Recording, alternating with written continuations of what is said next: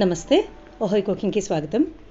మనం రెగ్యులర్గా చేసుకునే వేరుశనగుళ్ళతో పచ్చడి, లేదంటే పుట్నాల పప్పు, కొబ్బరి చట్నీ ఇలాంటివి చాలా చేసుకుంటూ ఉంటాం టిఫిన్ ఐటమ్స్కి.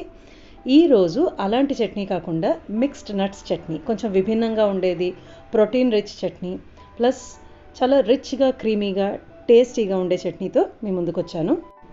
ఇది ఇడ్లీ, దోశ, ఊతప్పం లాంటి ఎలాంటి టిఫిన్ కన్నా ఇట్టే సూట్ అవుతుంది. దీనికోసం 10-12 వాల్నట్స్, 2 టేబుల్ స్పూన్ల బాదం తీసుకున్నాను. తర్వాత 2 టేబుల్ స్పూన్ల జీడిపప్పు, 2 టేబుల్ స్పూన్ల పిస్తా. దీనికి మీకు ఇంకా ఏమన్నా వేరే నట్స్ కావాలంటే యాడ్ చేసుకోండి. కారానికి 6-7 పచ్చిమిరపకాయలు, 1 స్పూన్ జీలకర్ర, ఒక చిన్న చింతపండు ముక్క. దీనికి పులుపు ఎక్కువ అవసరం ఉండదు.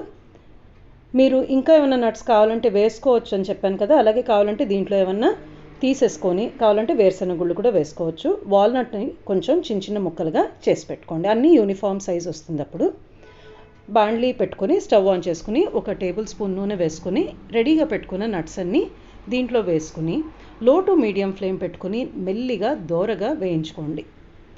ఏం పప్పు కూడా మాడకుండా చూసుకోండి, పచ్చడి టేస్ట్ అంతా పాడైపోతుంది. అంతా ఫ్రై అయిన తర్వాత తీసి పక్కన పెట్టుకుందాము. ఇవి చల్లగా అయ్యేదాకా వెయిట్ చేద్దాము. మిగతా కొంచెం జిడ్డుగా ఉంది కదా బాండ్లీ, దాంట్లోనే పచ్చిమిరపకాయ ముక్కలు చేసి వేసుకోండి, చిందకుండా ఉంటుంది. జీలకర్ర, చింతపండు కూడా వేసుకుని ఇవి కూడా వేయించుకోవాలి. వేయించుకున్న తర్వాత ఇవి కూడా బయటికి తీసేసుకుని అంతా కూడా ఇప్పటిదాకా వేయించి పెట్టుకున్న అన్నీ కూడా చల్లగా అయ్యేదాకా చూసుకుని, చల్లగా అయిన తర్వాత జార్లోకి తీసుకుని సరిపడా ఉప్పు వేసుకొని మొదట్లో బరకగా గ్రైండ్ చేసుకుందాము. ఇలాగా బరకగా గ్రైండ్ చేసుకున్న తర్వాత కొద్దిగా నీరు పోసుకుందాము. ముందే నీళ్లు వేసుకుంటే అంత కరెక్ట్గా గ్రైండ్ అవ్వదు. ఇప్పుడు ఎవరికి ఎంత పలచగా కావాలి అనేది చూసుకుని ఎక్కువ తక్కువ నీరు పోసుకోండి. నేను ఇంత పలచగా చేశాను. ఇంకా ఎక్కువ గట్టిగా కావాలి అనుకున్న వాళ్ళు తక్కువ నీరు పోసుకోండి, ఇంకా పలచగా కావాలనుకున్న వాళ్ళు ఎక్కువ వేసుకోవచ్చు.